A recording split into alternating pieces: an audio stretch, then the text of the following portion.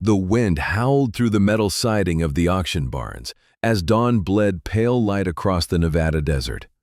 Wyatt Carter pushed his hat lower against the cold and followed the crowd through the gates, boots crunching over frost-bitten gravel. He told himself he was only here as a driver for his neighbor, Nate Hollis. He had no business bidding on horses, no spare money, no interest in wild Mustangs that usually ended up either broken down in long-term holding pens or adopted by people hungrier for challenge than sense.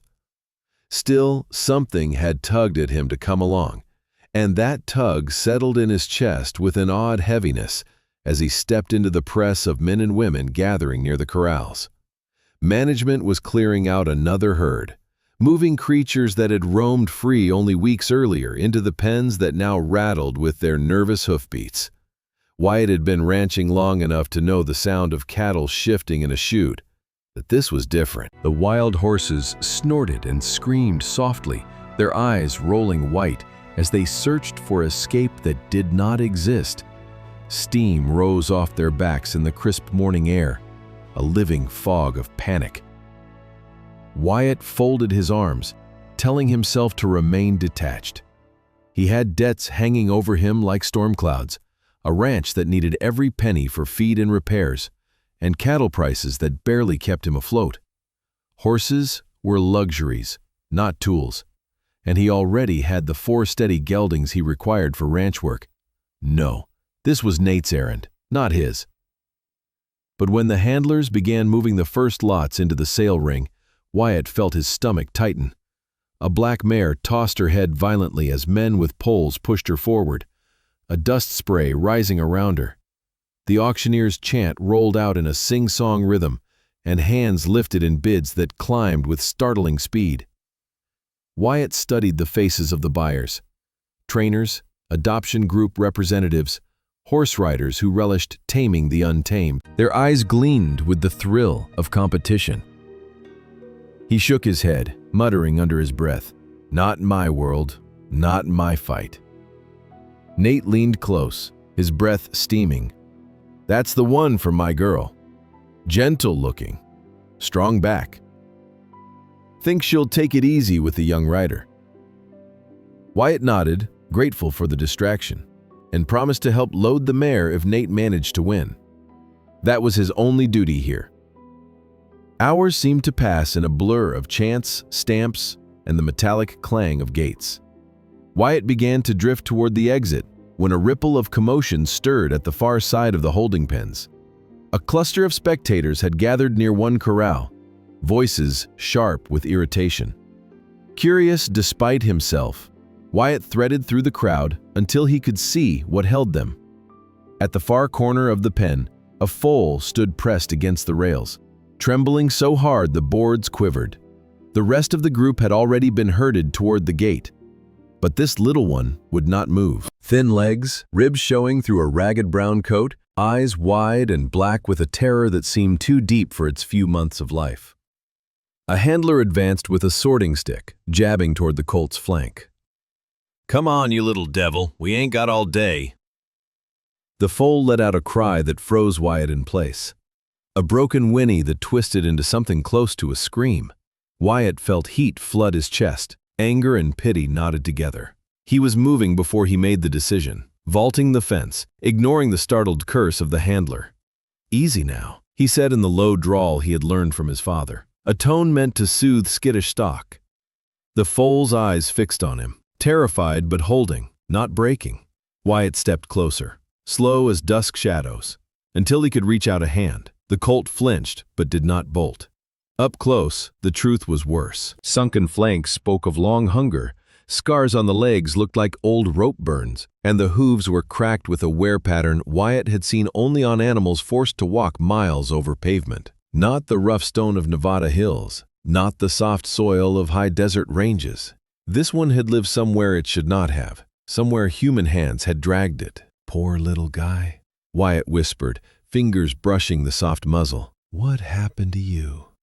For lot 311, the foal was prodded reluctantly toward the ring, though it stayed pressed to Wyatt's side as if choosing him over the crowd. "Starting bid $25, the auctioneer called. Silence answered. Nobody wanted the scrawny creature that would cost months of feed before it was useful. Wyatt looked around, saw only indifference, and heard his voice breaking the stillness. 25. Sold. Blackmail. As he led the foal out, he caught Nate's eyes across the arena. His neighbor's look was a mixture of disbelief and concern, lips moving silently, as if to ask, "What in the hell are you doing?" Wyatt had no answer. All he felt was the weight of the little horse's trust leaning toward him, the faint tremor of its legs steadying now that it walked beside someone who had shown kindness. The sun hung low as Wyatt and Nate loaded their purchases into the trailer. Nate's mare went in easily, ears flicking. To Wyatt's surprise, the foal stepped up without fight, as if the small space offered protection rather than fear. On the road out, Wyatt kept checking the mirror. Once he thought he saw headlights following too closely, a dark SUV with tinted windows. But when the road curved, the vehicle was gone, leaving him unsettled. The drive stretched across 2 hours of empty desert. Wyatt listened to the shuffle of hooves behind him, the occasional soft nicker that seemed to come not from fear, but relief. He wondered again at the scars, the odd wear of hooves, the scream that had pierced him at the pen. This was no ordinary wild foal. Something had shaped its short life into a bundle of nerves and secrets. Wyatt knew he had crossed a line when the truck turned up the dirt road toward the Broken Spur Ranch. He had bought more than a horse. He had made a promise, though he had not spoken it aloud, a promise to protect this fragile life, to uncover what shadows lay behind its haunted eyes. And somewhere deep inside, a voice whispered that his choice would drag him into a storm greater than anything his ranching life had prepared him for. He parked by the barns, where Buck Rollins waited, arms crossed, weathered face skeptical. "Boss, you sure about this? That colt looks like he's been through hell." Wyatt rested a hand on the trailer gate, feeling the foal shift inside. "Maybe he has, but sometimes you don't choose the animal. Sometimes it chooses you." Neo, the words surprised him. But as the foal stepped out into the fading light, head turning to fix on him with that strange mixture of fear and reliance, Wyatt felt them settle like iron. He had been chosen, and that choice carried weight, more than he could yet know. The desert air seemed to grow colder, the distant horizon darker, as if the land knew danger was drawing closer. Scout. The name came to him as naturally as breathing. He whispered it, and the foal flicked its ears, eyes softening for a heartbeat. That was the moment Wyatt Carter understood he had taken the first step into a story that would test his courage, threaten his life, and reveal secrets hidden in the wild heart of Nevada. A simple act of pity had become a bond sealed by fate, and with it came a dangerous promise: to stand between this broken creature and the storm gathering beyond the horizon. The morning after the auction dawned bitter and gray, a wind scouring the high desert with sand that rattled against the windows of Wyatt Carter's ranch house. He rose before sunrise, the old habit of cattle work guiding him to coffee, boots, and a heavy coat. But today was different. Today, he carried the weight of a new responsibility, one that waited in the small corral beside the barn. Scout, the foal that had clung to him in the chaos of the auction, was now standing in unfamiliar ground, a frightened exile from whatever strange life had scarred him. Wyatt stepped into the yard, gravel crunching under his boots, the cold air slicing into his lungs. The corral came into view, Buck Rollins leaning against the rail with arms crossed and an expression that mixed curiosity with doubt. He had been skeptical from the first moment Wyatt unloaded the colt, muttering about trouble and wasted money. Yet here he was, keeping watch like a sentry. Scout stood in the corner, ribs still visible beneath the shaggy coat, ears twitching at every sound. "Morning, boss," Buck called. "He's been pacing nonstop. It doesn't look like he trusts fences more than people." Wyatt approached slowly, keeping his movements deliberate. The colt raised his head, nostrils flaring, but instead of bolting, he took a tentative step forward. That small act made Wyatt pause. Something in the animal's behavior carried an odd mixture of wariness and recognition, as though he was torn between instinctive fear and a memory of being handled. Wyatt reached the rail, crouched down, and held out his hand. Scout hesitated, then nosed toward him, sniffing at the offered fingers. The touch was light, fragile as smoke, but it was a connection. "You'll be all right," Wyatt murmured. "Whatever hell you came from, it ends here." Later that morning, Nate Hollis drove up in his dusty pickup, his daughter in the passenger seat, already fussing over the mare he had bought. The girl's laughter carried across the yard, bright as sunshine, and for a moment Scout lifted his head high as if listening to something forgotten. Nate leaned out the window, shaking his head. "You're out of your mind, Wyatt. That thing's skin and bones. I give it a month before it breaks your heart or your bank." Wyatt only shrugged. Sometimes you don't get to pick what's yours. Sometimes it picks you. By midday, Dr. Lena Park arrived, her truck loaded with veterinary gear. She had been servicing ranches across the county for years, brisk and efficient, but with a sharp eye for details most men missed. Scout tolerated the examination with a strange mix of resignation and alertness, flinching only when her hands moved near the old rope burns on his legs. "Malnourished, yes," she said, scanning him critically. "Stress levels off the charts. But he's tougher than he looks. With time and care, he'll recover. These burns, though, and look at these hooves. This is not natural wear." She lifted a cracked hoof, brushing away the dirt. "This kind of abrasion comes from long travel on asphalt or concrete. Wild herds don't live on pavement." Wyatt exchanged a glance with Buck, unease settling like lead. Where exactly was he caught? "Papers say Pine Creek Range. That doesn't fit," Lena replied, frowning. "I've seen this before in horses trucked across state lines illegally. Someone had him somewhere else, somewhere he should never have been." That evening, as the sun bled red across the horizon, Wyatt leaned against the fence, watching Scout nose through the hay. His mind replayed Lena's words, the haunted scream at the auction, the scars, the odd calm inside the trailer. Too many pieces that didn't fit. Buck ambled over, spitting tobacco juice into the dirt. "Boss, I've seen animals come off rougher ranges than this, and they don't act like that. This one's seen things, bad things." Wyatt stayed silent, his jaw tight. He could feel it too. The foal was carrying shadows that reached beyond mere survival. Days passed, and Scout began to follow Wyatt around the corral, a fragile trust forming step by cautious step. The rancher found himself drawn to the colt's eyes, dark pools that seemed to hold questions too heavy for an animal to bear. At night, Wyatt lay awake, listening for sounds beyond the wind. Twice, he thought he caught the low growl of an engine idling on the distant road. Once, he stepped onto the porch and saw tail lights vanishing into the desert. He told himself it was a coincidence, but unease gnawed at him. Scout's behavior added to the puzzle. The first time a crop duster droned overhead, the foal froze, then bolted in circles, eyes wide with terror. Another afternoon, when Buck's truck backfired, Scout nearly tore down the fence trying to escape. Most telling of all, whenever a dark-colored vehicle appeared on the road, the colt pressed himself against the farthest corner, trembling violently. White trucks didn't bother him. Black SUVs sent him into a frenzy. One night, Wyatt woke to the sound of the dogs barking furiously. He grabbed a flashlight and stepped into the yard, the beams slicing through cold darkness. At the far fence line, just beyond the reach of the light, he thought he saw movement, perhaps the silhouette of a man watching.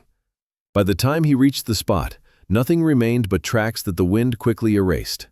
Scout was pacing his corral, whinnying in distress, his body slick with sweat, though the air was freezing. Foal had not wandered into his life by chance. There was intent, history, and danger stitched into every scar on that thin frame. Still, compassion rooted him to the decision he had made. He could not abandon Scout more than he could leave the cattle that depended on him. Every day, he groomed the colt, offered feed, and spoke in low tones until the animal relaxed, leaning against the fence when Wyatt drew near. The bond deepened quickly. Scout trailed him like a shadow whenever he entered the corral, sometimes nickering softly as though trying to communicate. Wyatt had never seen such intelligence in eyes so young. It was as if the foal was watching not just with instinct, but with knowledge, with memory. Then came the afternoon when Wyatt, cleaning the hooves as he had done a dozen times before, felt something odd under his fingers.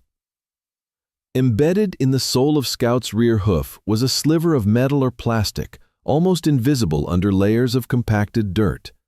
He frowned, worked carefully with the pick, and finally teased out a small object no larger than a coin. He turned it in the sunlight, heart thudding. A tiny antenna protruded from the casing, wires glinting faintly. His breath caught. This was not debris. This was deliberate. A device planted deep where no one would notice. Wyatt had seen enough from news reports to recognize it as a tracker. Someone had used this fragile colt as a tool, bait, and cover. The thought chilled him. What kind of operation would go so far as to embed electronics in the hoof of a half-wild foal? That night, Wyatt sat at his kitchen table, the device lying between his hands. "Destroy it and forget," a voice urged. "Pretend none of this ever happened." But another voice, heavier, stronger, insisted that ignorance would not keep danger away. The SUV he had glimpsed, the scars, the behaviors, they all pointed towards something larger. If criminals had used Scout once, they would not hesitate to come looking again. From the barn, a sound that carried into the house's silence. Wyatt looked up, feeling the promise he had made at the auction tighten around him like chains. Compassion had guided his hand when he raised the bid, but compassion alone would not protect the life he had taken in. He owed the colt more than safety. He owed him the truth. The next morning, before the sun lifted above the mountains, Wyatt picked up the phone and called Sheriff Hank Morales. He asked for a meeting, voice steady despite the storm churning in his chest. By the time he hung up, he knew his quiet life as a rancher had ended. By saving a starving foal, he had entered a world of crime and danger that would test every ounce of resolve he possessed. The morning was quiet on the Broken Spur Ranch, the kind of brittle silence that comes before a storm. Wyatt Carter moved through his chores with the heaviness of a man whose mind was elsewhere. Scout had spent the night pacing his small corral, nickering softly whenever Wyatt passed near the barn. The strange device he had pulled from the foal's hoof now sat locked in Wyatt's desk drawer, its weight haunting him even in his absence. Buck Rollins noticed his distraction. The older cowboy leaned against the feed bin, chewing on a dry grass stem, eyes squinting at his boss. "You're spooked," Buck said finally. "I've seen you stare down charging steers without blinking, but you're jumpy as a greenhorn today." Wyatt didn't answer. He filled a bucket with grain and carried it toward the corral. Scout lifted his head when he heard the rattle, his eyes dark and searching. The foal pressed closer to Wyatt as he set the bucket down, his thin body trembling with every distant sound. Wyatt crouched beside him, fingers brushing the scars on the colt's legs. Old rope burns, deep enough that the hair would never grow back evenly. He had seen similar marks on cattle stolen and tied for transport, but on a wild horse it made no sense. The thought curdled in his stomach. Someone had restrained this colt intentionally and not with care. Later that day, Nate Hollis stopped by with his daughter, eager to show her how the mare was settling in. The girl's laughter filled the yard again, and Scout pricked his ears, curious but cautious. Nate walked over, eyeing the foal. "He still looks half dead." "What's the plan, Wyatt? You can't feed pity into profit." Wyatt's jaw tightened. "It isn't about profit." Nate studied him for a long moment, then shrugged. "Just don't get yourself in deeper than you can climb out. Some animals aren't meant to be saved." The words stung more than Wyatt expected. After they left, he returned to the corral, watching Scout nose the hay without enthusiasm. Buck approached quietly. "Boss, you ever wonder why that little fella sticks so close to you? Horses don't pick sides easily. Maybe he knows you pulled him out of something worse than death." Wyatt glanced at the foal, his heart twisting. Perhaps he did know. Maybe the colt was carrying more memory than anyone dared believe. Clouds gathered over the desert, heavy and low. Wyatt lit the barn lanterns and began grooming Scout, running the brush along the bony shoulders down the fragile legs. The foal shivered when he touched the scars, eyes rolling white, but he didn't kick or fight. Instead, he leaned slightly into Wyatt's hand, seeking reassurance. Wyatt spoke softly, the way his father once had with frightened colts. "Whatever happened to you, you're safe here." A gust of wind rattled the barn doors, and Scout froze. Wyatt frowned, listening. Through the moan of wind, he thought he caught another sound, an engine idling far off, low and steady. He set the brush aside and stepped outside. A pair of headlights glowed on the ridge road, barely visible in the dim light. They lingered for a long minute, then vanished as if swallowed by the desert. Wyatt's pulse hammered. Someone was watching. Sleep came fitfully that night. He dreamed of dark vehicles circling the ranch, helicopters slicing the sky, and Scout screaming in terror as strangers closed in. When dawn broke, Wyatt rose with a pounding head. He saddled one of his geldings and rode the perimeter, scanning for tracks. He found fresh tire marks near the northern fence line, heavy and deliberate. Whoever had been there had come close enough to see everything. Back at the barn, Scout greeted him with a soft whinny, pushing his muzzle against Wyatt's chest. The contact steadied him. He knew now that the decision to call Sheriff Hank Morales had been right. Still, dread gnawed at him. If criminals had marked this foal once, they could mark him again. The scars told a story written in pain, and Wyatt feared that story was far from finished. Scout Morales arrived that afternoon, his truck crunching up the drive. He was a broad man with years carved into his face, the steady presence that calmed or unsettled depending on what news he carried. Wyatt led him to the barn and showed him the drawer where the device lay. Morales studied it under the lantern light, his expression tightening. "This is military grade," he said, "not something a rustler picks up at the hardware store." Wyatt felt his throat dry. What would anyone want with a foal? Morales didn't answer right away. Instead, he crouched beside Scout, examining the scars, the hooves, the nervous flick of ears at every noise. This animal has been somewhere he shouldn't. He's been used as cover, maybe even bait. Wyatt's chest tightened. Cover for what? Morales stood slowly, his gaze sharp. Drug operations. Smugglers like remote countries. A herd of wild horses moving through canyons doesn't draw suspicion. Attach a tracker to one, you'll have a moving disguise for your routes. The words chilled Wyatt more than the winter wind. He looked at Scout, the colt nudging his shoulder as if seeking safety. So this little guy isn't just unlucky. He's evidence. Morales nodded grimly. Evidence that criminals won't want to lose. That night, the ranch felt different, like a stage set for danger. Wyatt lay in bed, listening to every creak of timber, every sigh of wind. His dogs barked once, sharp and urgent, then went silent, as though cowed by some unseen force. He rose, pulled on his boots, and stepped outside with a rifle in hand. The yard lay quiet under the stars, but the feeling of eyes watching from the darkness was undeniable. Straight shifting in the corral, ears pricked, muscles quivering. Wyatt walked over, running a hand along his neck. The foal pressed close, heart hammering against his palm. In that moment, Wyatt understood the depth of the promise he had made. It was no longer just about giving the colt food and shelter. It was about guarding him against enemies who saw him not as a life, but a tool. As the desert wind howled through the wire fences, Wyatt whispered the vow again, though no one but Scout could hear. "You're safe here. I'll stand between you and whatever comes." The rope burns of the past had marked the colt, but they would not mark his future. Not if Wyatt Carter had anything to say about it. The desert sun rose hard and bright the next morning, burning away the last storm clouds over the valley. Wyatt Carter moved with restless energy, his body heavy from lack of sleep, but his mind sharper than it had been in years. The presence of Sheriff Morales still lingered in the air, his words about smugglers and drug routes replaying like echoes inside Wyatt's skull.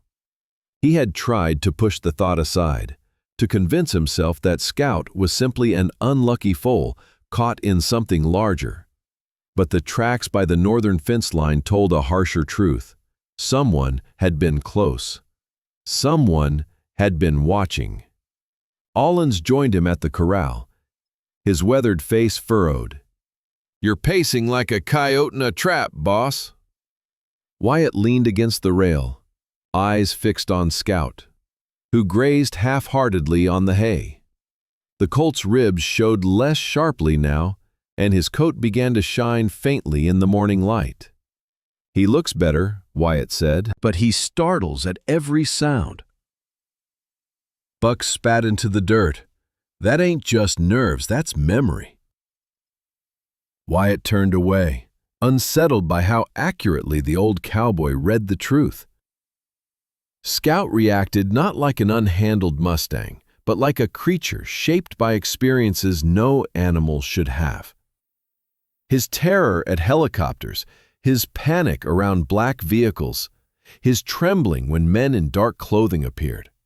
A pattern hinting at something witnessed, not just imagined. Wyatt remembered Morales's words again.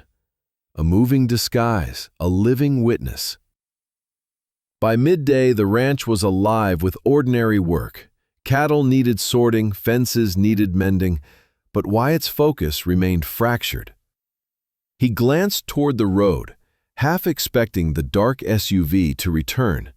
Each distant dust plume made his stomach clench. He rode the range with Buck, checking water troughs and gates, but his eyes always returned to the horizon. Lineback afternoon brought Nate Hollis rolling up in his truck, his daughter laughing beside him. She asked to see Scout again, her bright curiosity a strange comfort. The colt pricked his ears at her laughter, stepping closer to the fence. Nate leaned against the hood, studying Wyatt with narrowed eyes. "You've been acting strange since that auction. I've seen men haunted by debts, drought, and divorce, but you're carrying something heavier." Wyatt said nothing. Instead, he watched Scout's dark eyes, full of secrets. Nate shook his head. "Don't let a half-dead foal drag you under." That night, Wyatt sat at his kitchen table, staring at the device he had locked away. Its tiny antenna gleamed under the lantern.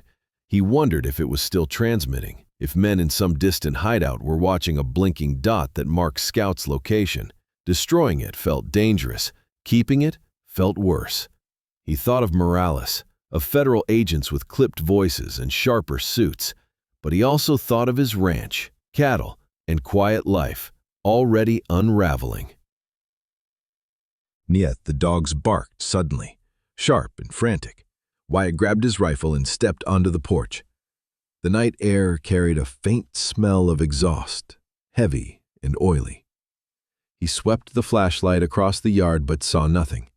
Scout was pressed against the far side of the corral, trembling. The colt's eyes rolled white, fixed on something beyond the fence. Wyatt followed his gaze but saw only darkness. Yet he knew. Something or someone was out there. At dawn, he saddled his gelding and rode toward the ridge. The ground was soft from the recent storm, and it did not take long to find tracks. Fresh tire marks, deep grooves that curved along the fence line before vanishing into the desert. He crouched beside them, fingertips brushing the imprints. Whoever had been there drove heavy, deliberate, not just passing through, watching, waiting. He returned to the ranch with unease thick as smoke in his chest. Buck met him at the barn, face grim. "You saw them too," Buck said. Wyatt nodded. Then Buck spat into the dirt. "Boss, I've ridden fence for many outfits and know when land feels wrong. This place feels watched. We're sitting on the edge of something big, and that foal is the center of it." The rest of the day passed under a veil of tension. Wyatt worked the cattle, repaired a section of broken fence, and forced himself to eat supper, but his mind never strayed far from the truth. Scout wasn't just an animal he had rescued. He was a witness, maybe even evidence, and if Morales were correct, powerful men with ruthless intent would come searching. That evening, Morales returned. He carried a plain black case and a face carved with fatigue. "The federal lab confirmed it," he said without preamble. "GPS tracker, long-range transmitter, military grade. It had been active until you pulled it out." Wyatt felt his chest tighten. "So they know where it is now?" Morales nodded gravely. "And they know who has it."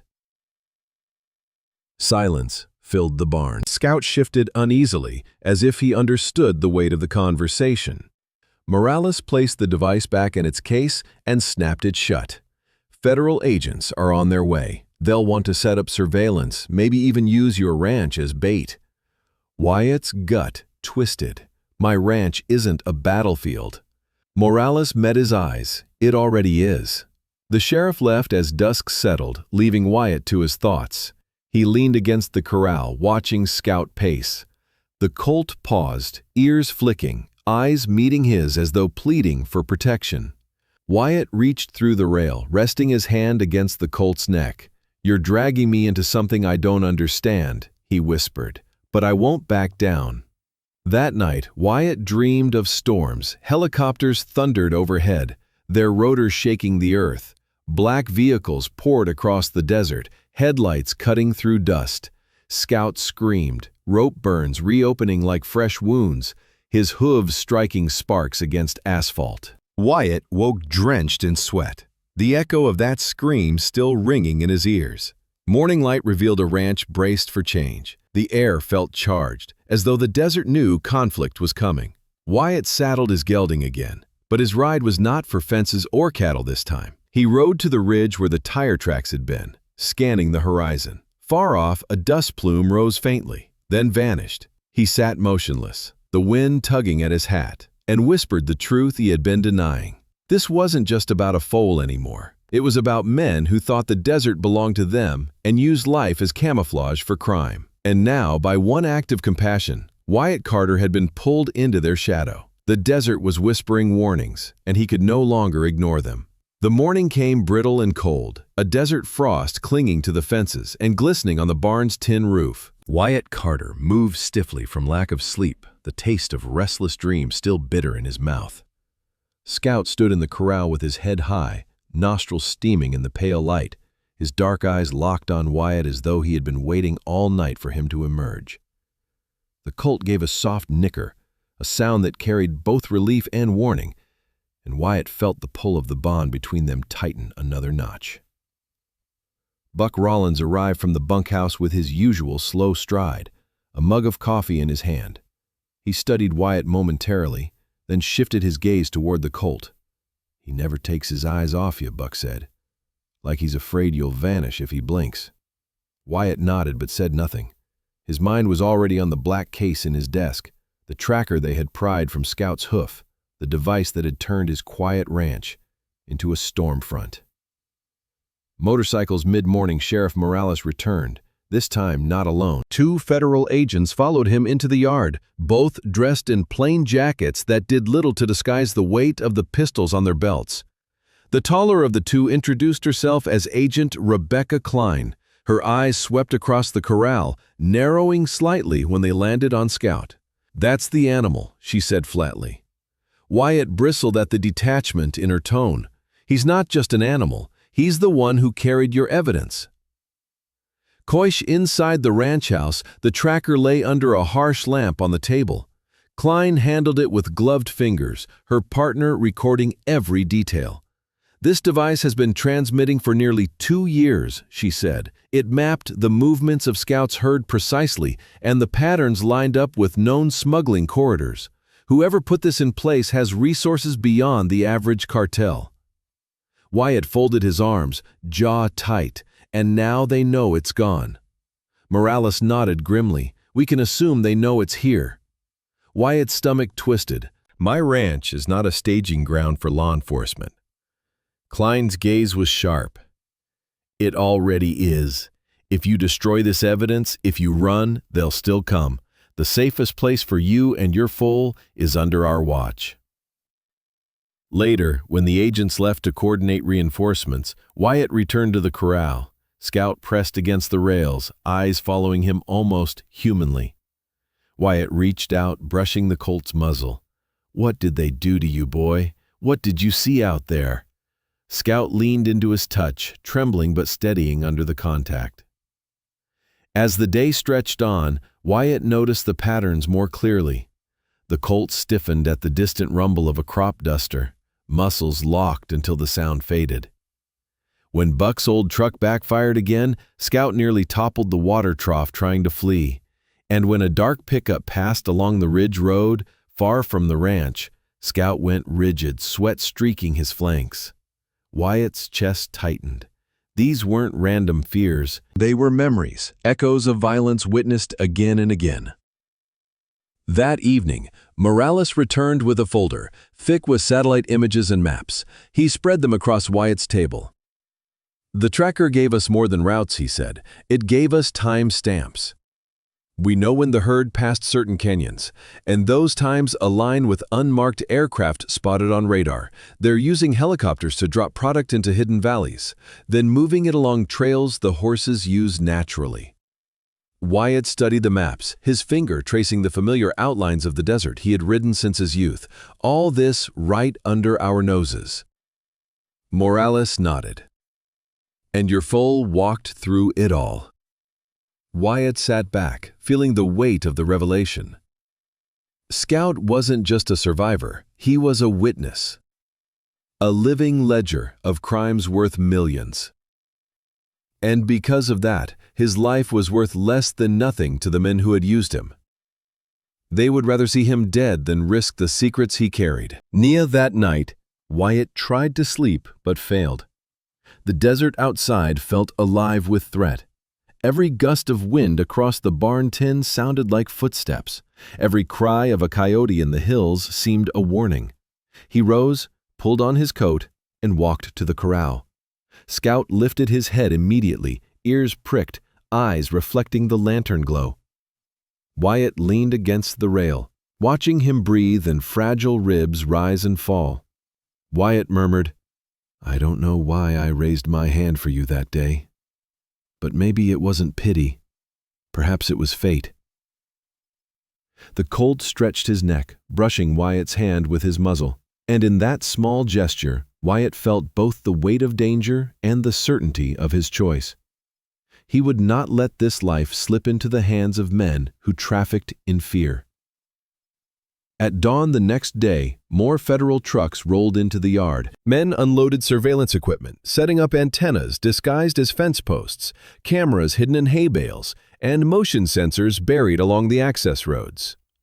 Wyatt watched them with unease, his ranch transforming into something foreign. Buck muttered curses under his breath, but even he didn't argue. They both knew the alternative was worse. Scout reacted severely to the activity. He circled his corral, nostrils flared, hooves striking the dirt in agitation. Wyatt entered the pen, speaking low, guiding him back to calm. The agents paused to watch, their expressions unreadable. Klein approached after a while. "He trusts you," she said. "That trust may be the only reason he survived this long." Wyatt looked at her, his voice steady. "And I intend to keep it that way." In a blaze of copper and crimson, Wyatt stood on the porch with Morales. The sheriff lit a cigarette, the smoke curling into the evening air. "They'll come for him," Wyatt said quietly. Morales nodded. "And when they do, we'll be ready."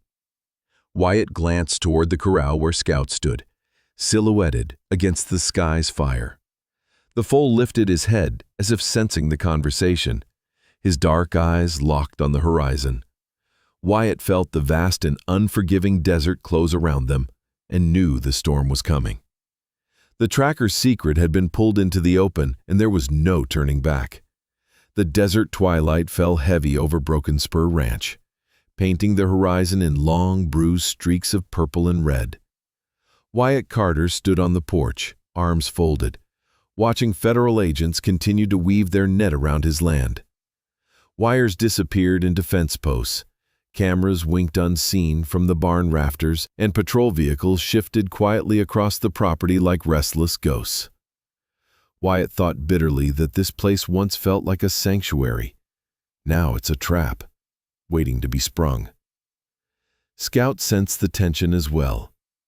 The young colt paced in his corral, ears flicking back and forth, his body taut as a bowstring.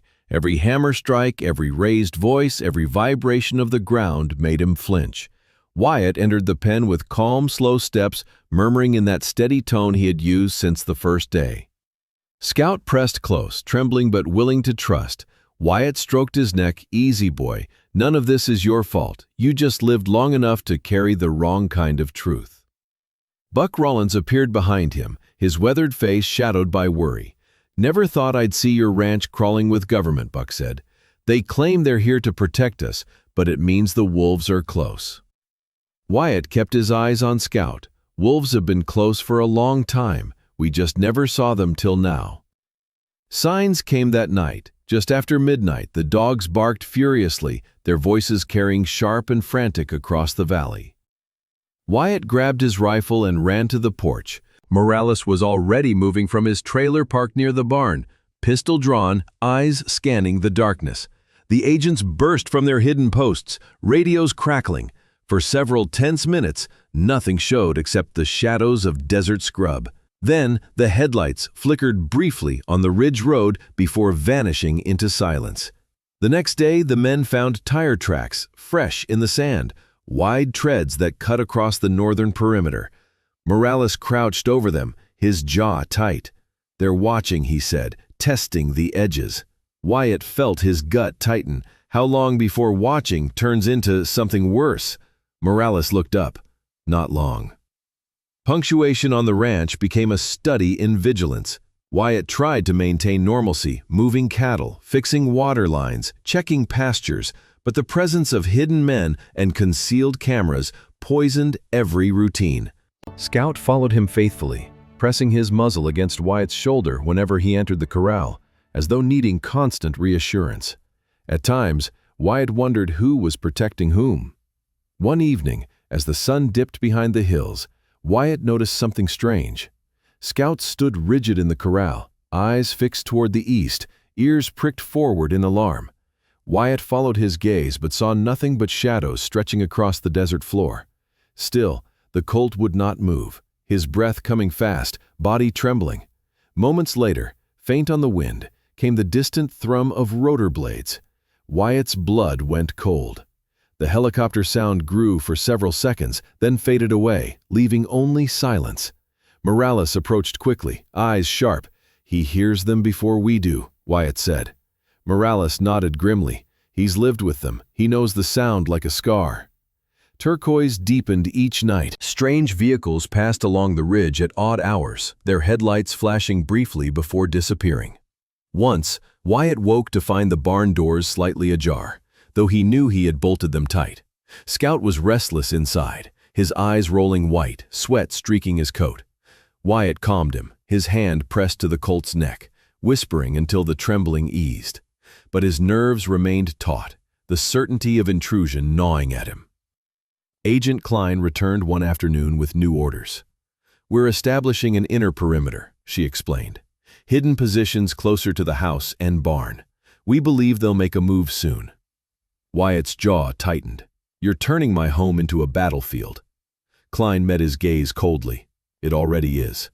Every hour you keep breathing is because of that colt. You owe it to him to let us finish this."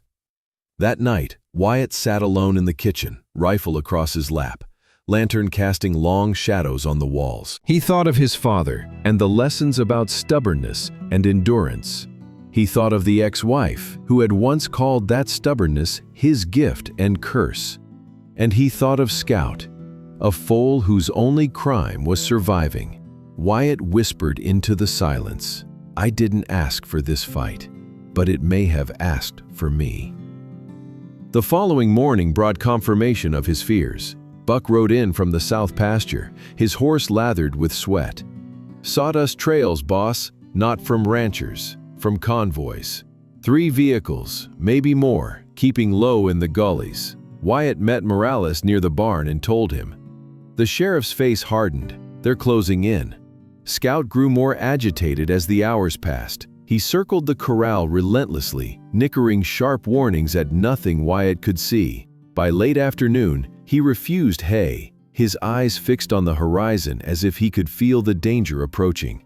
Wyatt stayed with him, brushing his coat, speaking low. "We'll face it together, boy." Knee fell, the desert felt alive, pulsing with menace. The dogs barked again, sharp bursts cut short by whistles from federal agents trying to maintain silence. Morales came to Wyatt's porch, his voice low. "It could be tonight." Wyatt nodded, his stomach heavy. "Then let them come." He walked to the corral one last time, lantern in hand. Scout met him at the fence, ears forward, eyes gleaming in the glow. Wyatt pressed his forehead against the colt's muzzle. "Whatever storm is coming, you and I will ride it out." The colt nickered softly, a fragile sound that seemed to promise courage. The shadows were closing in. The desert held its breath. And Wyatt Carter knew that his act of compassion at a dusty auction ring had carried him to this moment, where fate and violence would collide under the unforgiving Nevada sky. With a profound silence that felt unnatural, as if the desert had chosen to hold its breath, Wyatt Carter sat in his kitchen with the lantern turned low, the rifle balanced across his lap. Outside, the wind hissed through the dry sagebrush, carrying the faint smell of dust and something else he could not place, something sharp and metallic that made his nerves prickle. Scout stirred in the barn, his anxious whinnies puncturing the stillness. Wyatt rose and moved to the window. The yard stretched before him in muted silver, the barn casting a long shadow across the corral. For a heartbeat, everything seemed ordinary. Then the motion sensors blinked to life. The agent's radios crackled softly. Morales appeared at Wyatt's door, his pistol drawn, his eyes hard. "They're here," he said, voice low. Wyatt followed him outside, boots crunching on gravel. Across the horizon, faint lights danced in the darkness, moving with precision. Then came the sound, distant at first, but unmistakable. The steady chop of rotor blades. Wyatt's heart slammed against his ribs. Scout screamed from the barn, the sound raw and terrified, a sound of recognition. The helicopter swept in low, its searchlight carving wide arcs across the desert floor. Federal agents moved into position, rifles raised, their voices terse over radios. Wyatt ducked behind the porch rail, the roar of the helicopter shaking the boards beneath his feet. The barn doors rattled under the pressure of the wind. Scout kicked furiously inside, his hooves thundering like drums of war. Then the first shots rang out. Bursts of automatic gunfire cracked through the night, ripping into fences and splintering posts. Wyatt pressed himself lower as glass shattered above his head. Morales shouted commands, his voice cutting through the chaos. "Return fire. Keep them away from the barn." From the helicopter, ropes with fluid precision. Black-clad figures hit the ground running, fanning out across the yard. Their weapons glinted under the searchlight. The agents opened fire, muzzle flashes sparking like lightning in the dark. The clash of rifles, the hiss of bullets tearing into wood and steel, the guttural shouts of men, it all merged into a storm of violence. Wyatt crawled toward the barn, his only thought to reach Scout. Every instinct screamed that the foal was the target, the secret they had come to reclaim or destroy. Buck appeared from the shadows, shotgun in hand. "Boss, stay down," he growled. Wyatt shook his head. "They're after him." Buck cursed and fired into the night, dropping one of the intruders before vanishing toward the corrals. Wyatt sprinted low, weaving between troughs and hay bales, the dust choking his lungs. Bullets kicked up gravel at his heels. He dove behind a feed cart, breath ragged. The barn loomed just yards away, its doors shuddering as Scout crashed against them from within. Inside, the foal screamed again, a cry that seemed to split the night. The attackers surged toward the barn, their movements coordinated, their focus relentless. Wyatt rose and fired, the recoil jolting through his arms. One of the black-clad men stumbled and fell. Another turned his weapon toward Wyatt, muzzle flaring. Wyatt dropped flat, the bullet snapping past his ear. Agents hidden in the hayloft unleashed a crossfire, forcing the attackers to scatter. The helicopter swung overhead, its searchlight narrowing on the barn. Wyatt shielded his eyes against the glare. Morales shouted into his radio, his words lost in the din. Grenades arced through the air, explosions tearing holes in the ground, rattling Wyatt's teeth. The barn shook under the concussions, dust cascading from the rafters. Scout screamed again, slamming against the stall as though trying to break free. Wyatt's chest burned with fury. They would not take him. He dashed the last few steps to the barn and threw himself inside. The air was thick with hay dust and terror. Scout's eyes rolled white, his body slick with sweat. Wyatt grabbed his halter, holding him steady even as bullets ripped through the walls. "Stay with me, boy," Wyatt whispered. "I won't let them touch you." The foal pressed against him, trembling but alive. From outside came the thunder of the agent's counterattack. Morales had organized the defense well. Overlapping fire rained down on the intruders, pinning them behind feed wagons and corrals. Buck's shotgun roared again, echoing across the yard. The attackers tried to breach the barn, but hidden agents unleashed a trap of their own. Tripwire flares erupted, blinding the men in sudden sheets of white light. They staggered, disoriented, and the agents cut them down. Still, the fight raged. The helicopter swooped low, spitting fire from mounted guns, tearing trenches in the dirt. Wyatt dragged Scout deeper into the barn, shielding him behind stacked bales. He felt the foal's heart hammering against his chest, a frantic rhythm that matched his own. The battle outside surged toward a climax. Explosions rocked the ground, men screamed, and the air was choked with smoke and the acrid stench of gunpowder. Then, as suddenly as it had begun, it shifted. The roar of the helicopter faltered. A missile fired from the agent's hidden launcher streaked into the sky, slamming into the aircraft. Flames erupted as the chopper spun wildly, crashing into the desert with a thunder that shook the valley. Silence followed, broken only by the groans of wounded men and the sharp commands of federal agents securing the scene. Wolfgang stumbled from the barn, Scout at his side, his rifle still in hand. The yard was a ruin, fences torn apart, corrals splintered, bullet holes pocking the ranch house. Agents moved quickly among the bodies, zip-tying survivors, checking weapons, shouting into radios. Morales strode toward Wyatt, his face grim but triumphant. "It's over," he said, though his voice carried little relief. Wyatt looked at the smoking wreck of the helicopter, at the sprawled attackers, and then at Scout. The colt's sides heaved, his eyes still wide with fear. But he was alive. "Alive," Wyatt whispered. "That's all that matters."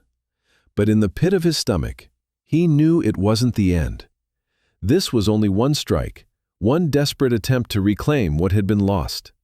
Somewhere beyond the horizon, more men waited, men who had built their empire on silence and shadows. And now a rancher, an old cowboy, and a half-dead foal had torn a hole in their secrets. The night of fire had ended, but the war was beginning. The first rays of dawn crept over the horizon, washing the valley in pale gold that revealed the scars of the night before. Wyatt Carter stood in the center of his ruined yard, boots sinking into churned earth littered with shell casings and splintered wood. Smoke still rose in thin threads from the wreckage of the helicopter where it had crashed against the ridge, black against the morning sky. The smell of fuel and burned metal hung heavy in the air, mingling with the sharper scent of blood. The night of fire had passed, but its ashes remained, stark reminders of what had been lost and saved. Scout stood near the barn, his head high but his body trembling, his coat darkened by sweat and streaked with dust. The foal's wide eyes reflected every sound, every movement, as if the terror of the assault still lived inside his bones. Wyatt stroked his neck, murmuring, grounding himself as much as the colt. "You made it, boy," he whispered. "We both did." Buck Rollins limped from the barn, his hat missing, his shirt torn, and his face streaked with grime. He carried his shotgun slung across his shoulder like a weary banner. "Damn near thought we weren't going to see the sunrise," he muttered. Wyatt glanced at him, the corners of his mouth twitching in the faintest ghost of a smile. "You and me both." Buck squinted at the sky where black smoke still spiraled. "Think that's the end of it, Wyatt shook his head slowly. No, it's just the beginning. Sheriff Morales approached with Agent Rebecca Klein and several other federal officers. They looked worn, their uniforms stained, and their faces drawn, but their eyes burned with sharp purpose. Morales stopped in front of Wyatt, nodding once. "We held them off," he said, "but they'll come again." Klein opened a folder she had carried under her arm, flipping it open to reveal a series of grainy satellite photos. Last night's attack wasn't random. It was orchestrated by the Southern Cell. The organization has multiple layers and multiple leaders. Taking down one squad doesn't kill the body, it just wakes it. Wagner listened in silence, his hand still resting on Scout. He could feel the colt's heartbeat, fast but steady under his paw. Klein continued, her voice low and firm. "The device pulled from his hoof has given us months of data. Routes, patterns, drop points. Enough to cripple them if we strike right. But that makes you a target more than ever. They will not stop until they erase every thread that ties this animal to their operation." Wyatt looked past her toward the horizon, where the desert stretched wide and unforgiving. "I didn't ask for this," he said. Morales's voice cut in, steady as stone. "Maybe not. But fate asked for you." Was spent tending wounds and counting costs. Agents dragged bodies into trucks, both living and dead, their faces unreadable as they cataloged each casualty. Morales helped Buck repair the broken barn doors, though the sheriff's eyes kept scanning the hills. Wyatt hauled water for Scout, brushing the foal's coat until it gleamed again, though his hands shook with the memory of bullets ripping through the night. Every creak of the windmill, every bark from the dogs, sent Scout jolting sideways, but Wyatt stayed close, his voice a constant murmur of reassurance. By midday, federal reinforcements arrived, convoys of vehicles rumbling into the yard, men unloading crates of supplies, radios buzzing with clipped orders. Wyatt's ranch looked less like a home and more like a forward operating base. He hated the way strangers stomped across his land, but he knew there was no turning them away. Not now. Not with Scout at the center of it all. That evening, Klein gathered everyone in the kitchen, maps spread across the table, marked with circles and lines. Her voice was sharp, her tone without softness. "We've confirmed at least 3 staging areas in the desert. Remote canyons used as storage and processing hubs. The tracker's data links them all. We plan to dismantle the network piece by piece, but to do that, we need bait." She let the word hang in the air. Everyone's gaze shifted to Scout. Wyatt bristled. "He's not bait." Klein met his glare. "He's evidence, and evidence is what will bring them down." Wyatt's jaw tightened. "Then I'll stay with him." Klein's voice softened slightly. That was always the plan. As the sun sank, Wyatt walked alone to the ridge where the helicopter had fallen. The twisted wreck lay scattered across the rocks, smoke still curling faintly. The desert around it was scorched, blackened by fire. He crouched beside the wreckage, fingers brushing over metal shards, still warm to the touch. Men had died here, violent men, yes, but human nonetheless. Wyatt felt no triumph, only a cold resolve. Their deaths would not be the last if this war stretched on. The desert night crept in, and with it came silence broken only by the distant cries of coyotes. Wyatt returned to the corral where Scout waited. The foal's eyes caught the moonlight, glimmering with fear and trust. Wyatt leaned against the rail, exhaustion pressing on his shoulders. "I don't know what tomorrow brings," he murmured. "But whatever it is, we face it together." Scout nickered softly, brushing his muzzle against Wyatt's hand. In that quiet moment, amidst the ashes of battle, in the looming shadow of greater war, Wyatt Carter understood the truth growing inside him since that cold morning at the auction. Compassion had tied his fate to a frightened colt, and that bond had drawn him into a fight he never sought. But now, standing in the pale glow of dawn's aftermath, he accepted it fully. He was no longer just a rancher. He was the guardian of a witness, the keeper of a secret, and the man the desert had chosen to stand against the shadows. The desert stretched endlessly and silently under the midday sun, but Wyatt Carter knew silence could be a liar. What looked empty often hid danger. The firefight had scorched his ranch into something unrecognizable, yet he felt the real battle had only begun. Scout grazed quietly in the corral, his ears twitching at every sound, but he had no true peace.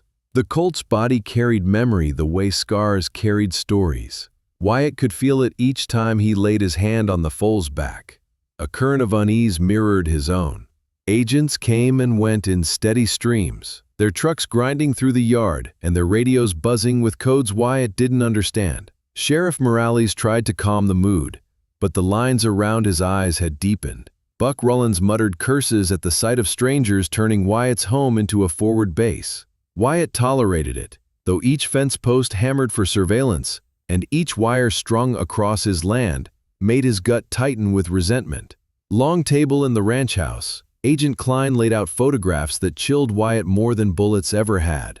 Grainy images taken from the tracker's data were spread across the wood. They showed routes traced in glowing red lines across the desert, like veins feeding a hidden heart. The lines converged on 3 distinct canyons. Klein tapped her finger against the most significant cluster. This is where they process chemicals, distribution prep, storage. We believe they've been operating there for years, invisible to everyone but their own. Wyatt stared at the maps, recognizing landmarks he had ridden past on horseback, places he had once thought lonely and empty.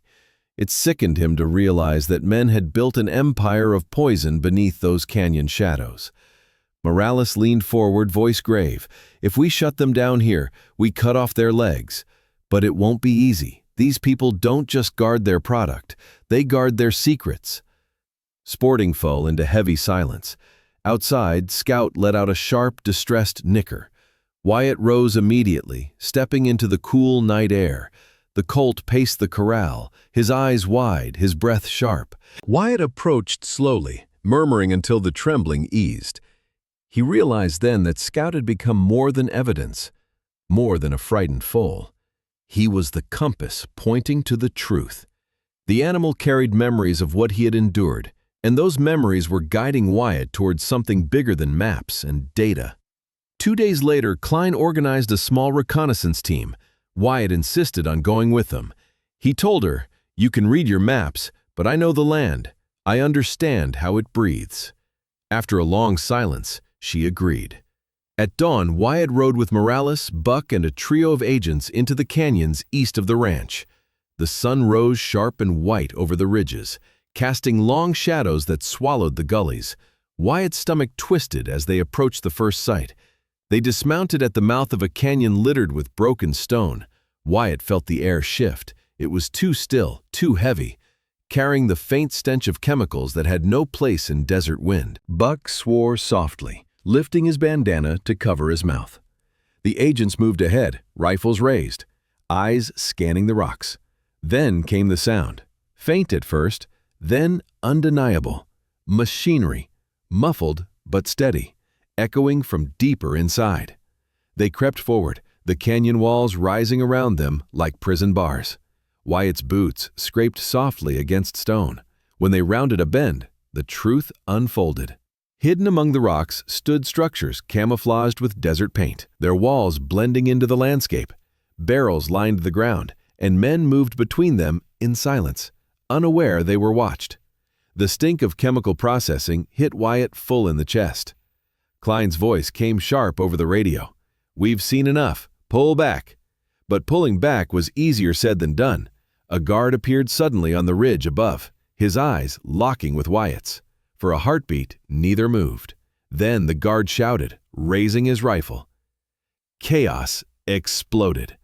Gunfire cracked, echoing through the canyon, bullets ricocheting off stone. The agents returned fire, dragging Wyatt into cover.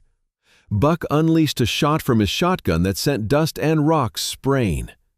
Morales barked commands, his voice steady in the storm. Wyatt pressed against the stone wall, heart hammering. He had known this could happen, but the reality was worse than any imagining. Bullets whined past, chipping stone into his face. The agents laid down covering fire, retreating toward the canyon mouth. Wyatt's thoughts were not of himself, but of Scout, waiting back at the ranch, trusting him to return. That trust burned hotter than fear. He fired back, his hands steady despite the chaos. They fought their way out, leaving 2 attackers crumpled in the dust. As they mounted their horses and retreated across the flats, smoke began to rise from the canyon. The men inside had torched their own operation to erase the evidence. Wyatt watched the smoke curl into the sky with bitter fury. They would rather burn their empire than let the truth be seen. Back at the ranch, Klein slammed her fist against the table. This proves how deep it goes. They have contingency plans. They'll sacrifice pieces to protect the whole. Morales nodded grimly. And it means they know we're close. They'll strike harder next time. Wyatt listened, the weight of responsibility pressing heavily. Scout nudged him later that night, pushing his muzzle against Wyatt's chest. The colt's eyes were calm now, almost knowing. Wyatt whispered into his mane, "We saw what they're hiding, and now they know we won't stop." In the following days, the noose of fear tightened. Strangers were spotted on distant ridges, silhouettes vanishing when approached. Radios crackled with intercepted chatter, hinting at reinforcements across the state line. Scout grew restless again, pacing at night, his instincts catching tremors the humans could not see. Wyatt trusted those instincts more than maps or satellites. The Foal had walked through their shadows before. He would sense when the next blow was coming. The web of deceit stretched wider than Wyatt had imagined. The canyons were not just hiding places. They were veins feeding a beast that reached across states, perhaps across borders. Destroying it would take more than rifles and courage. It would take endurance, cunning, and the willingness to face storms that promised no mercy. Wyatt stood under the vast desert sky, Scout by his side, and knew the road ahead was darker than anything behind. But he also knew one truth carved into his soul. He would not turn back. Position wore its silence like armor, but Wyatt Carter knew that silence was deceptive. Every ridge and shadow held secrets, and every breath of wind carried whispers of movement unseen. Days had passed since the canyon raid, and the smugglers had burned their evidence to ash. Yet each sunrise felt heavier, the weight of unseen eyes pressing down on the ranch. Wyatt rose earlier, long before dawn, walking the perimeter of his land with Scout at his side. The Foal followed him like a shadow, restless and uneasy, his ears pricking at sounds Wyatt could not hear. Inside the ranch house, Agent Rebecca Klein mapped the growing threat. Red lines cut across the desert map pinned to Wyatt's wall, tracing possible routes of reinforcements streaming toward Nevada. Her voice was measured, but her eyes betrayed the gravity of what lay ahead. They know we've seen too much. They'll come again, not just to strike back, but to erase you. Wyatt studied the lines, his jaw tight. Let them come. Klein shook her head. You don't understand. This time, they won't send a handful of men. They'll send everything. Against the wall, arms crossed, his face grim. He had spent his career battling small-time criminals, not shadow armies. But he looked like a man who would fight anyway, no matter the odds. Buck Rawlins sat at the table, cleaning his shotgun with slow, steady strokes. He said nothing, but his silence spoke louder than any words. He had chosen his side. That night the winds changed. Scout bolted upright in his stall, his eyes rolling white, his nostrils flaring. Wyatt was with him instantly, hands firm on the colt's trembling neck. The Foal's panic was not random. He had lived with these shadows before, had heard the sounds, smelled the danger. Morales entered the barn, his pistol already in his hand. Wyatt met his eyes. They're close. Morales nodded once. Too close. The next day, the reinforcements arrived. Not smugglers, but law enforcement officers. Convoys of federal vehicles rolled into the valley, kicking up clouds of dust that hung in the sun like smoke. Dozens of agents spilled onto the ranch, setting up new perimeters, digging in equipment, and checking weapons. To Wyatt, it looked less like his home and more like a fortress under siege. He hated it, but he said nothing. Whether he liked it or not, his land had been chosen for war prejudice. In the barn, Klein gathered Wyatt, Morales, Buck, and the ranking federal officers, where the smell of hay and horse sweat mixed with the metallic tang of weapon oil. The smugglers aren't like ordinary criminals, she said. They operate like a militia, disciplined, ruthless, well-armed. Last week, we wounded them. This week, they will try to crush us. Wyatt stood with one hand resting on Scout's mane, the foal pressed close against him. Then we crushed them first. Outlined the plan. Surveillance drones would sweep the valleys. Hidden snipers would guard the ridges. Armored vehicles would patrol the access roads. But all of it revolved around one thing. The smugglers wanted the foal back or silenced. He was both their weakness and their obsession. Scout stamped the ground nervously as if he understood the words. Wyatt leaned close to his ear. Not while I'm breathing. The hours dragged, heavy with anticipation. Wyatt worked the ranch as he always had, mending fences, hauling water, moving cattle, but every movement felt rehearsed, as though the normalcy was only a thin disguise over the dread. Buck followed him silently, his old eyes scanning the horizon. Morales stayed near the barn, his presence steady as the earth itself.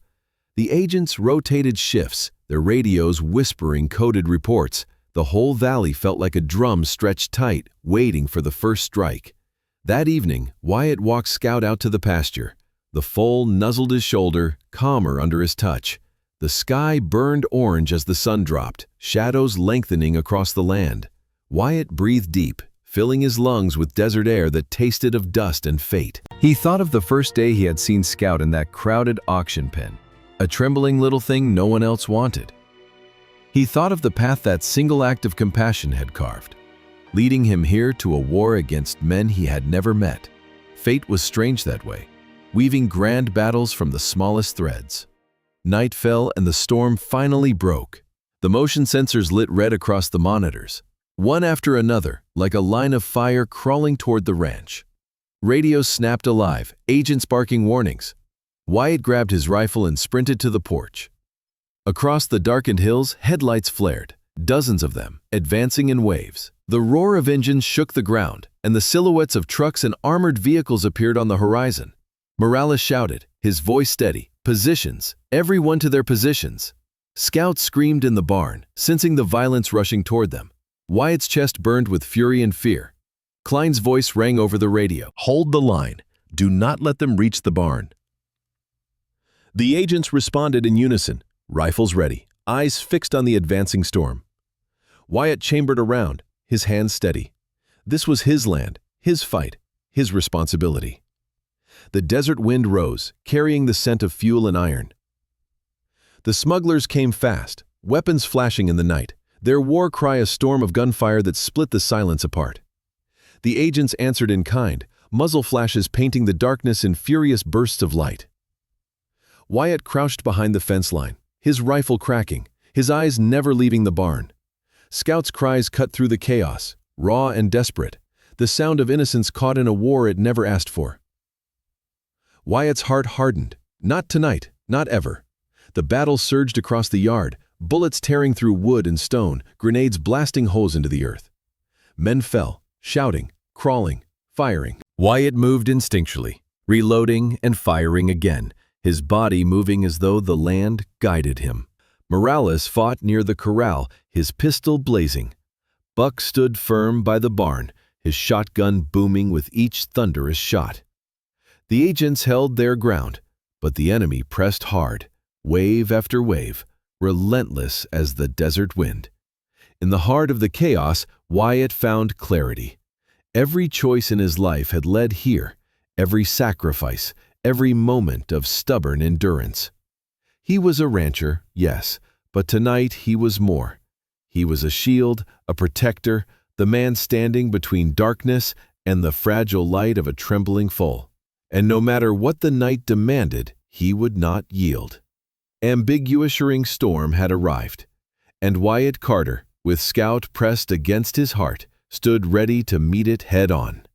The night roared alive with fire and steel, the desert valley echoing with the violence of two worlds colliding. Wyatt Carter crouched low behind a shattered trough, his rifle pressed firm against his shoulder, the sharp tang of gunpowder thick in the air.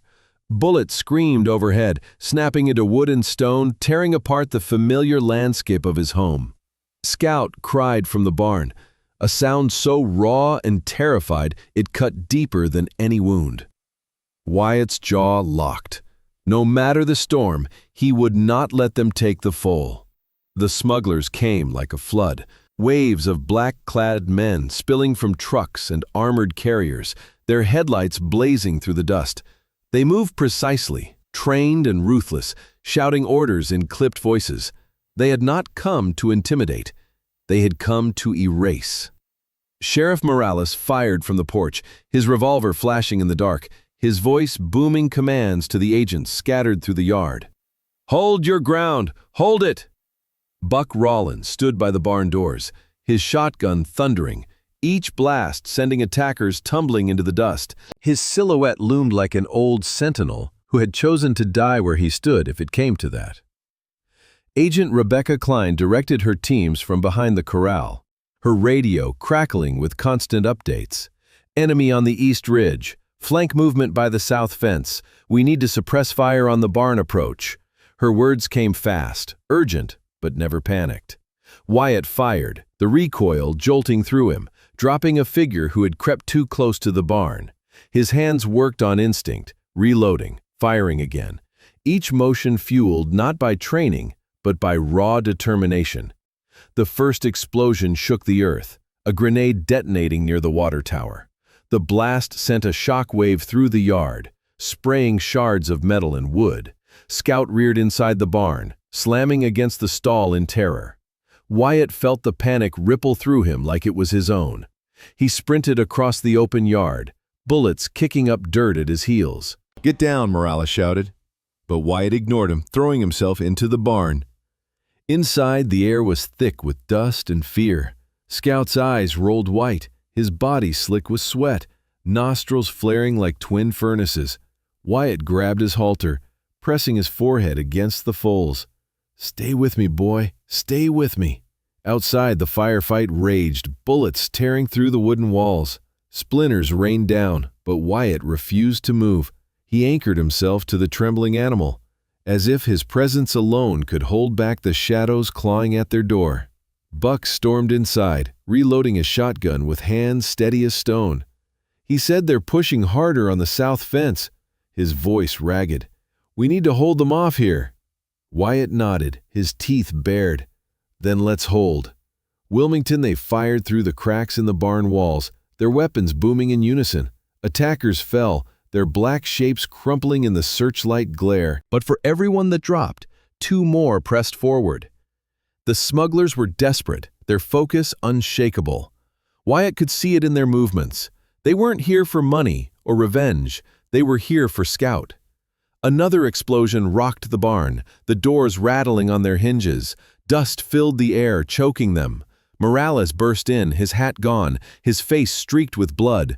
"They're breaching the east side," he barked. "Klein's bringing reinforcements, but we need to stall them now." Wyatt's gaze darted to Scout, then back to Morales. If they reach him, it's over. Morales met his eyes, steady. "Then we don't let them." Again, louder, closer, the smugglers hurled smoke grenades, filling the yard with thick, choking fog. Figures moved like shadows within shadows, their shapes barely visible. Gunfire cracked through the haze, and muzzle flashes lit the smoke like lightning in a storm. Wyatt's lungs burned as he fought, firing into the shapes that advanced through the gray. His ears rang, his body ached, but his resolve sharpened with every shot. Wyatt heard Klein's fierce and unyielding voice somewhere in the chaos. "Push them back. Please don't give them an inch." Agents surged forward, laying down heavy fire, their training cutting through the chaos. The smugglers faltered, momentarily driven back. Wyatt seized the chance, darting outside with Morales at his side. Together, they cut through the fog, their bullets carving a path of defiance. The smugglers answered with fury. A barrage of gunfire ripped into the ranch house, shattering windows, splintering walls. Flames licked at the roof as another grenade ignited inside. Wyatt's chest tightened. This was his home, the place he had built with sweat and stubbornness, now burning under the hands of men who cared nothing but control. Scout screamed again, and Wyatt's focus snapped back. The Foal was the anchor of the fragile light they were trying to snuff out. Buck's shotgun roared beside him, the old cowboy's face twisted in grim defiance. Morales fired calmly, each shot placed like a hammer striking iron. Klein rallied her agents, pushing the line forward step by step, bullet by bullet. Wyatt fought with them, but he knew the truth in his heart. The siege was not about winning ground, it was about time. Every second Scout remained alive was a victory. The smugglers tried to storm the barn, charging through the fog with weapons raised. Wyatt and Buck met them at the doors, their guns blazing, their shouts fierce. The first wave fell in a heap, but the second pressed harder. Wyatt slammed the door shut with his shoulder, firing through the slats, sweat stinging his eyes. Scout pressed against him from inside, trembling but unbroken. "You're safe," Wyatt gasped. "I swear it." The night dragged on, a blur of fire and fury. Men screamed, weapons cracked, the earth shook under the weight of violence. But through it all, Wyatt stood. He fought like the land had lent him strength, like every rock and sagebrush had risen to hold the line with him. Scout's cries echoed in his ears, not as weakness, but as a rallying call. And when the first hint of dawn touched the sky, when the smoke thinned enough for him to see the bodies scattered across his land, Wyatt knew the siege had broken. The smugglers had been driven back, their attack shattered on the walls of defiance. The ranch lay scarred, burned, and damaged, but it still stood. And in the heart of it all, Scout still breathed. Wyatt dropped to his knees in the dust, rifle slipping from his hands. His chest heaved, his body ached, but his spirit burned unbroken. Morales clapped a hand on his shoulder, silent but firm. Buck leaned against the barn door, his shotgun empty, his eyes hollow but alive. Klein emerged from the smoke, her face streaked with ash, her eyes fierce. "We held," she said. Wyatt looked at Scout, the Foal's dark eyes wide, reflecting fear and trust. "We held," he whispered back, "and we'll keep holding, no matter how long the shadows press." The first morning light stretched across the Nevada desert like a slow revelation, painting the battered landscape of Wyatt Carter's ranch in hues of gold and ash. Smoke still rose from the shattered remains of vehicles left behind by the smugglers, their hulks blackened skeletons against the pale horizon. The air reeked of gunpowder and charred timber, a reminder of the storm that had raged through the night. Yet in the stillness of dawn, there was also survival. The barn stood, scarred but unbroken. Scout lay resting in his stall, his flanks rising and falling with exhausted rhythm, a living witness to both the cruelty of men and the stubbornness of those who defied it. Wyatt stood in the yard, with his rifle slung across his back, his face lined with fatigue, but his eyes clear. Every muscle in his body ached, and every breath tasted of dust and smoke. But his spirit carried the same iron will that had taken him through countless battles with land, debt, and doubt. Morales approached, his hat pulled low, his uniform torn, but his stance steady. He said we held them off again, his voice roughened by hours of shouting commands. But they won't stop here. They'll regroup, maybe bigger, maybe meaner. Wyatt's gaze drifted toward Scout. Then we finish it before they do. Teen emerged from the ranch house with a folder thick with documents salvaged from the smugglers' dead. Her expression was sharp, tempered by both exhaustion and determination. These are names, codes, routes. The tracker in Scout's hoof gave us the map, which provides us with the faces.